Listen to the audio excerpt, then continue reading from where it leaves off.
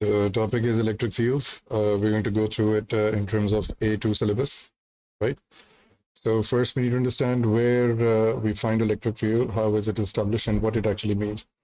So electric field would mean that any space or any region of space where another charged particle can be influenced, right? So we deal with the point charge concept. And what does that mean? That if we have a positive charge and if we have a negative charge, a test positive charge will be very small in comparison to the rest of the system and will only be utilized to understand what does the other charge is going to do with it. So if you bring in a positive charge close to this, we understand that the positive charge is going to repel this away because positive charges, like charges, repel each other. Similarly, if you bring in this test positive charge close to a negative charge, most definitely this is going to attract that positive charge. That's why the electric field is inverse for the negative charges.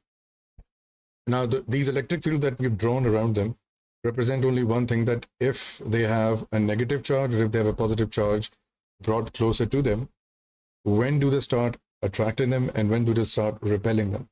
So an area of imaginary space where they can influence another external charge will be known as their own electric field, right? Between parallel plates, we have, let's say, a positively charged plate, and let's say we have a negatively charged plate. The electric field is going to be from positive towards negatively charged plates, and be advised that the angle between the plates, or you can say that the angle with the surface, is going to be 90 degrees.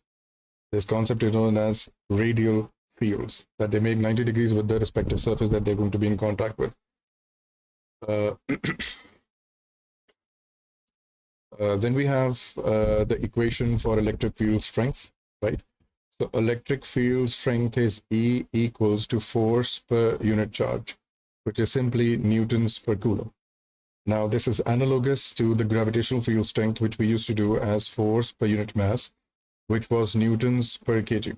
Throughout this lesson, we're going to draw conclusions. We're going to draw similarities between gravitational field and electric field so that we fully understand that they are exactly the same concepts apart from the respective bodies that are involved. In gravitation, it was mass. In electric field, it's going to be charges. So this is the starting formula for electric field strength, how much force for every coulomb of charge that is going to exist over here. So from this formula, if we bring in Q on the other side, we get QE is equal to F. This is the formula that is written in the second point over here. In A levels, we are going to assume that the strength of electric field is uniform between the plates. It's exactly the same at this point. It is exactly the same at this point. It does not matter. The idea behind that would be that even if there is a negative charge or a positive charge between the plates, the respective distance from the plates may be different, but the overall effect from both plates reaching at this point, the resultant would still be the same. If it is closer to the positive plate, then it will be experiencing a great attraction from the positive plate and some repulsion from the respective negative plate. But as overall, the force will remain the same, even if it starts its journey close to the negative plate and comes close to the positive plate, right? And we've also represented the electric field by means of electric field lines. We move to the next concept, that is uniform electric fields and how they are established between the two parallel plates. Okay, so similarly, again, we're going to try the example with two positive plates. We have the electric field exists between them from positive to negative plate. They will be straight lines. And how do we set up this plate? How do we set up this electric field? Is with the connection of a battery, and be advised that this is the positive terminal of the battery and this is the negative terminal. So the formula of electric field strength is given by E equals to change in voltage divided by change in distance, right? This is going to be called as a potential gradient in the next topic. So be advised and take a look out in this one. So the voltage is of the battery that is being provided, that is supplied between the plates, and the distance is the distance or the parallel distance between the plates given as D. So by this standard, this becomes volts per meter, and previously we have seen that the unit was actually newtons per coulomb, force per unit charge. So they are exactly the same thing, one and the same thing. Now, if we had placed a negative charge at the center, it would most definitely be attracted by the positive plate, but not only this is being attracted, but this is also being repelled by the negative plate, which collectively makes the resultant force acting on this respective charge, right? Okay, so now we move towards the force between the point charges. Now notice that we are dealing with a point charge, and why do we want to do that? Because we want to assume that all the charge is concentrated at a single point, in space. We don't want to get into the fact that what are the physical dimensions of this, what is the physical dimension of the charge. We are not concerned with that. We are only concerned with the fact that how much charge it possesses at a certain point in space, right? So we have spherical conductors we are discussing over here, right? And the charges may be considered to be point charges concentrated at the center. This is what we just discussed. The formula for them is going to come from Coulomb's law. In the chapter of gravitation, it was Newton's law of gravity. Over here, it's Coulomb's law, right? So Q1 and Q2. So the formula goes something like this. F is equal to Q1, Q2 divided by 4 pi epsilon naught r square. Now, where do we find these values? So this is going to be Q1. This is going to be Q2. And most definitely, this is, let's say, going to be a value of 15 picocoulombs. And let's say this is somewhat 6 nanocoulombs. Now, pico and nano are prefixes, be advised. We have done that in AS as well. So what is R? R is exactly the same as we did in gravitation. It is going to be from center of one point to the center of the other charge, because we're dealing with the point charge concept. Let's say that the distance between the two spheres is given to us as 35 micrometers, right? We are expected to find out the electric force between them. Now, this epsilon naught is permittivity of space, and the constant has a value of 8.85 into 10 raised to the power minus 12, right? So let's replace all these values. So we have 15 picocoulombs, so that will be minus 12. Then we have 6 nanocoulombs, so this will be 6 into 10 raised to the power minus 9. Usually the values will be very small, the way that I've mentioned over here. Picocoulombs and nanocoulombs, microcoulombs even sometimes. So this will be 4 pi. Epsilon naught is 8.85 into 10 raised to the power minus 12. The distance between them is 35 into 10 raised to the power minus 6. We advise this is micro has a power of minus 6. And once you solve this, you're going to get an answer. You can match this. Now the force comes out as 2.3 into 10 raised to the power minus 5 newtons, right? Okay, so this is the Coulomb's law of force, or the electric force between two charges. We move towards the electric field, or the electric field strength. Now, we understand from the previous slide that we have understood that the electric field strength is given as the formula force per unit charge, right? So let's replace the formula of force, which is Q1, Q2, divided by 4 pi epsilon naught r square divided by a charge or a point charge, right? So 1q cancels out, and we are left with Q1 divided by 4 pi epsilon naught r square. And this is the formula that he has given to us in the examination, or in the syllabus, that students are supposed to be familiar with that. Now, another way to look at this would be that electric field or electric field strength would most definitely be because of just one charge. So we are only interested to find out how strong the electric field of this charge is going to be after a certain distance, right? So if, for example, from a center point, we are at a distance of this much, from the center we are at a distance of this much, then how strong will the electric field be at these certain points? So most definitely we are going to use the formula for E is equal to Q by 4 epsilon naught r square to find out how strong the electric field is. And be advised that the unit for electric field is newtons per coulomb, or volts per meter, which was found by the parallel plate system in the previous slide over here, right? Okay. Now we move towards a simple exercise that we've also done for gravitation as well. Let's say, for the sake of example, the charge that we're dealing with right now has, or is, going to possess a charge of 20 microcoulombs, right?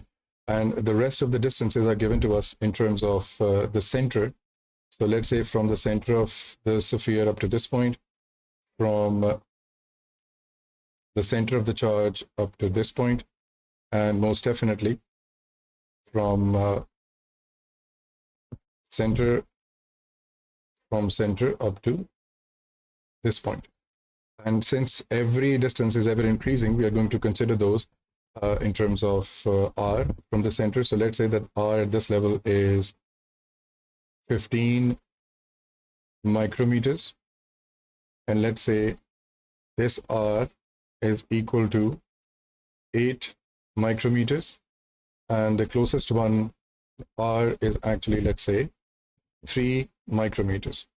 Now we understand that the formula for electric field strength is E divided by 4 pi epsilon naught r square. We know that it is an inverse relationship with E. So if we increase r, the electric field strength is supposed to decrease, which we will see right now. Then let's find out for this particular level. And I'm going to solve it for just one, and then the rest of them can be solved by you. I'm going to show you how to put in the values. So the charge is 20 microcoulombs at 20 raised to the power minus 6 divided by 4 pi. Epsilon naught is 8.85 into 10 raised to the power minus 12. And then we have the distance from the center, which r at this certain stage is given to us as 3 micrometers. So 3 into 10 raised to the power minus 6. We advised that since we are dealing with micro, it's going to be minus 6, and there is an r square in this. So this will be squared. So the final answer at this point will be, you can use the calculator to find this out, and the rest of them will be calculated as well. You can just tally your answers with me. So these are the answers for the electric field strength at certain points with reference to the sphere, right? So you can see that as we are moving away from the surface of the sphere, the value of electric field strength is decreasing. Pay attention to the power of 10. It's 14, then it's 15, and then it's 16. So as you are very close to the surface of the sphere or close to the charge itself, your electric field strength will be high. So this is exactly like the gravitational field strength we saw for massive objects as gm over r square. So in electric field, it's going to look something like this, right? Okay. So now we move towards electric potential, but before we move towards that, okay. So we move towards electric potential. Now, just like gravitational potential, this is going to be work done to move a charge from infinity to that specific point. Now, let's say that if we are dealing with a positive charge and we have another positive charge coming in from an infinite distance away from this, the main charge. So it's going to come close to this object by covering some distance, right? And most definitely they're repelling each other. So the energy or the work done has to be done on the system so that this eventually gets attracted or at least gets close to this charge. So energy has to be added into the system. So the eventual final answer will be a positive answer, okay? Because the work has to be done on the system to bring them close together. Anyways, we understand this is going to be a work done, or in terms of a work done, by charge. So this unit will be joules per coulomb. And if we look at from the AS syllabus from electricity, we understand this joules per coulomb is actually work done by charge, which is W by Q equals to voltage. So potential is voltage, but over here it's defined in the other way around. Work done by charge, or you can say energy required or work done required to do this job for every 1 coulomb of charge that has to be moved in the presence of another charge, right? Okay. Then we have the second point that electric field strength is actually the negative potential gradient at any point. So what does that mean? It means that generally, if you have a graph of potential and distance, let's say that a graph is given to you between potential and distance, then whatever that graph represents, the gradient of that graph will help you locate or find the electric field strength at a certain value of R, right? So electric field strength is actually the changing gradient with respect to R with a negative sign, okay? Now, if we move towards another idea, how we get the formula for potential. So there are two ways to look at this. Now potential will be electric field strength is equal to, was given to us by Q divided by 4 pi epsilon naught R square. And this whole is being divided by R coming from this part. So this R and R cancels out and we are left with, now since we are dealing with voltage divided by R. So we are left with E is equal to change in V divided by change in R. So from this, we can extract the formula for R, for delta V or V. So potential comes out as Q divided by 4 pi epsilon naught single R. There is only one R with the potential. We've just extracted this. Okay. So now what will be potential? Again, potential will be the amount of energy required to move close to a charge or to move away from it with a distance of R in mind.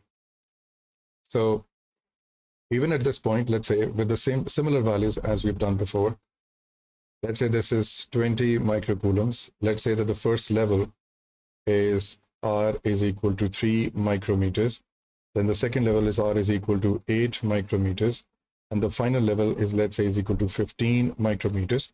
If you were to find out the potential at this point from V is equal to Q by 4 pi epsilon naught R. Now I'm going to solve this for just one value and you can tally the rest of them. So Q is 20 into 10 raised to the power minus 6 divided by 4 pi epsilon naught. We know what epsilon naught is, so I'm just going to put in R, which is 15 into 10 raised to the power minus 6. Let's see what we get. These should be your answers at these levels. Now, what do we mean by these numbers that we found out? Okay, so this is 1.2 power 10 joules per coulomb. How much energy needs to be spent?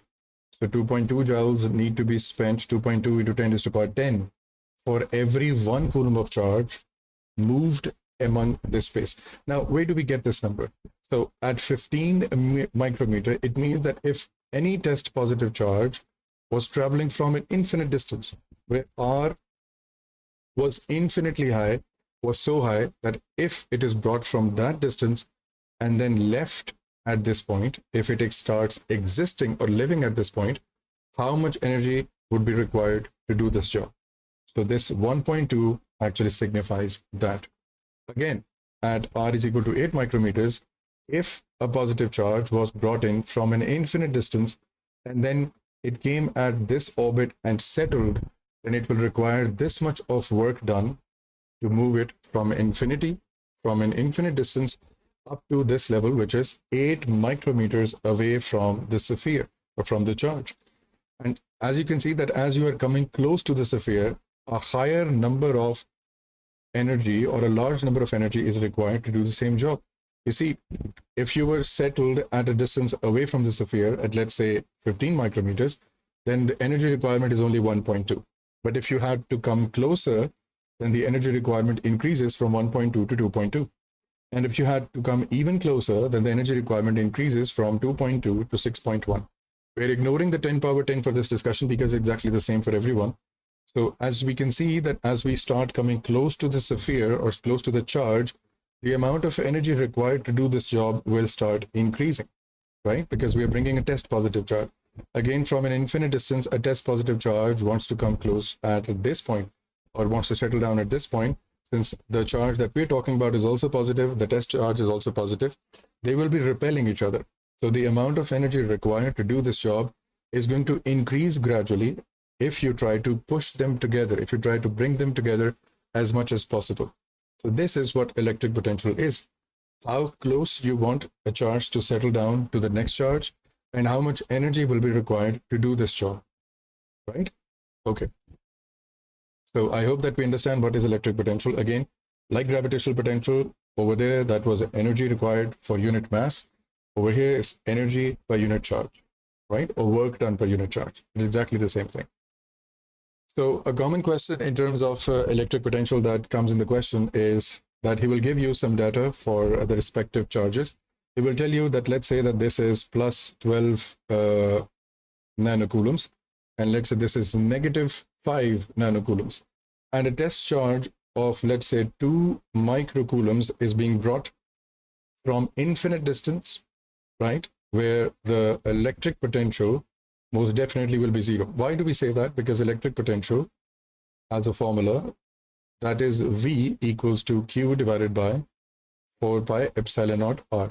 Now, if you increase the value of R to a very, very large value, infinitely large value, this whole answer will eventually become 0 volts. It is going to become 0 eventually, right? So we're considering the starting point to be infinity. Every time, every single time, it will always be an infinite distance, considered as an infinite distance. So it's coming from that point, and it wants to come straight and settle down somewhere in the middle of the two charges. When I say somewhere in the middle, it doesn't mean that exactly is going to be the center. It could be any other place, right? So how much energy or how much work done is required to do this job, right? So just like gravitational potential, a mass was brought from a very large distance close to another larger object. Over here, we are going to go through the same concept. How much energy is required or how much work done is required to do this job? Why do we say that there's going to be work done required? Because this is a positive charge. This is also a positive charge. It will be difficult for them to be actually placed in such a close proximity. But since this is a negative charge, this will be attracting that positive charge. So it will somehow help us to bring this charge close to this. So the positive charge will require work done, and the negative charge will add work done to the system. Okay? Or you can say it will add the potential to the system, because the negative charge is helping it and the positive charge is repelling it. So we will have to take a negative of both of them. But in reality, this idea is automatically taken care of by the formula that we're going to use. So how to actually look at this? Now, since we're dealing with potential energy, the formula would become simply voltage is equal to work done by charge. And this is what we're trying to find out, the work done. So Q will be brought over here. So this formula becomes work done is equal to voltage multiplied by charge. Now, what is this charge? This charge will be the charge that is being brought closer to these two spheres or these two charges. And what is this voltage? This voltage is basically going to be the change in voltage because of the two. So it will be V2 minus V1, or you can simply say V2 plus V1. Now V2, let's say if that is a positive charge, this comes out as a positive value, right? But since V1 or this charge is negative, this will be included over here like this. So both voltages will be subtracted. If they were both positive, voltages would be added together. If both were negative, even still the voltages will be added together, but with a negative sign, because both are negative, both are doing this job on their own. You don't have to do anything. You don't have to make an effort. So this answer will be negative in that case. But over here, let's find out whether the larger charge is adding more work than the negative charge that is trying to remove it. Okay. So we deal with the first step is to deal with the change in potential. Then you find out the work done by multiplying the charge that tried to move in that vicinity. So the next step that you're supposed to look at is the distance from the respective charges. So from center to center, let's say that the values are given to us. Let's say that this R is given to us as 2.7 nanometers, and this one is 1.5 nanometers. Again, it does not have to be equal. It could be anything, and these measurements are given to you. First, we find out the potential caused by the negative charge or the negative entity. So we find potential is equal to Q divided by, you can add a negative sign over here because it's a negative charge. 4 pi epsilon is exactly the same, but we're going to look at R. What is R? R is going to be 1.5 into 10 raised to the power minus 9. And the logic is that this charge actually has traveled from an infinite distance and eventually settled down about 1.5 nanometers away from this negative charge. So again, at infinity, the electric voltage or the electric potential is 0. So from 0, it has increased to a point which is 1.5 raised to the power minus 9 away from that sphere. Similar idea will be used over here as well. If we use potential for the positive charge, I'm just adding positive over here. So this will be 12 into 10 raised to the power minus 9, 12 nanocoulombs. We are familiar with 4 pi epsilon naught, and this will be 2.7 into 10 raised to the power minus 9. Now again, the discussion actually rests on this idea that it is coming from infinity and eventually settles down 2.7 nanometers away from the positive charge. So how much energy would be required to do this job? So then we find the positive potential and then we find the negative potential. One of them is helping the system, that is a negative charge, by attracting it, and one of them is opposing this movement by being positive and repelling it away. Okay, so since one of them is attracting, one of them is repelling, the overall potential will be subtracted as explained in this equation before. Okay, so let's figure out the values over here and you can tally them later. As you can see, these are the values that you should get for your respective calculations, and be advised, one of them is positive, one of them is negative. When you put them into this equation, the positive one is going to come at this place and the negative one will be carried from this point to this point. Okay. So the change in potential, as we can see, we are generally adding them together, but since this is going to have a negative sign, they will be subtracted. Okay. So the answer is very clear that this is 4.0, this is 3.0. So the actual change in potential is actually 1 into 10 raised to power 10 joules per coulomb. Now, what does that mean? It means that if there is any charge in the universe, could have been negative, could have been positive, could be anything. If that charge wants to come close to these charges and exist at this level, it would require this much energy for every 1 coulomb of charge that would exist inside the charge, right? Now, since we're supposed to find out the potential energy, we're going to look back at this formula and see that voltage was equal to, or potential was equal to, work done by charge. Okay, we have found this value, we know this value, but be advised that this is that charge that actually tries to move in the field, of the other, or in the influence of other charges. So now we are left with work done, that is going to be change in potential, which is delta V multiplied by the charge that tried to move in their vicinity. So the change in potential is 1 into 10 raised to power 10 joules per coulomb. Now notice that I write down the unit every single time so that you can understand that we are actually trying to find out the work done. And the charge that is moving in that presence is actually 2 microcoulombs, right? So we have 2 into 10 raised to power minus 6. It is actually a simple ratio method if you look at it from this perspective, joules per coulomb. So if this is work done ratio with charge, then if there was 1 coulomb of charge, it would require 1 into 10 raised to power 10 joules to do that job. But since we are dealing with 2 into 10 raised to power minus 6, a much smaller charge than 1 coulomb charge, how much energy would be required to do that? So basically, this is actually a cross multiplication. And if you notice from one other angle, since coulomb is the unit for charge, it will be cancelled out and you're left with the unit of joules only, which was the target from the beginning. We're supposed to find out the energy requirement, the amount of work done that this job will require. So if you multiply this with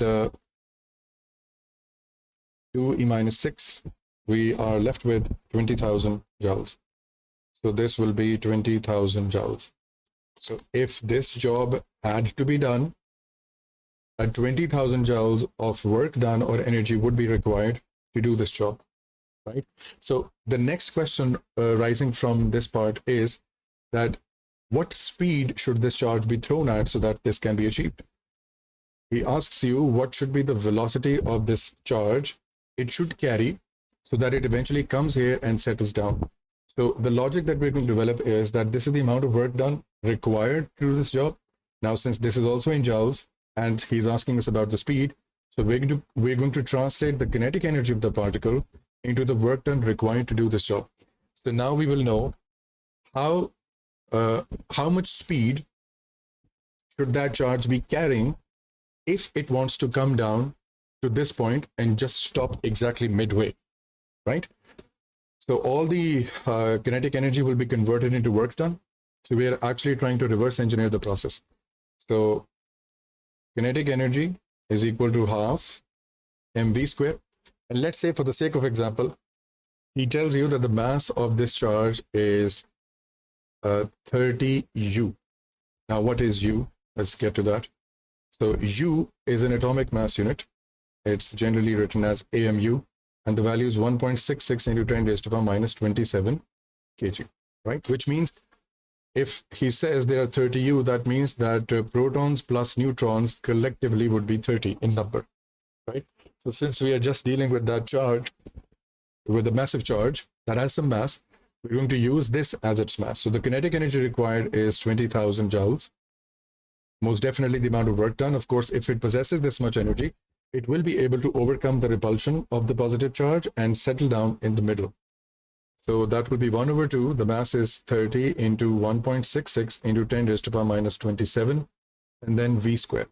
Please be advised, don't forget to take the under root at the end of the system, which is going to be meters per second eventually, right? So you can tally the answers. Although the answers that we're getting are very unrealistic because we are assuming the values over here.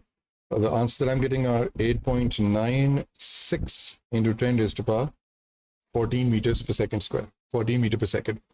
What does that mean? It means that this charge, okay, let's draw a new diagram.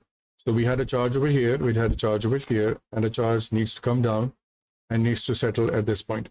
So it needs to carry a speed of 8.96 into 10 raised to the power 14 meters per second, so that it can overcome the repulsion experienced by this and take some help from the attraction from the negative charge, because the negative is helping to attract it, the positive is trying to repel it.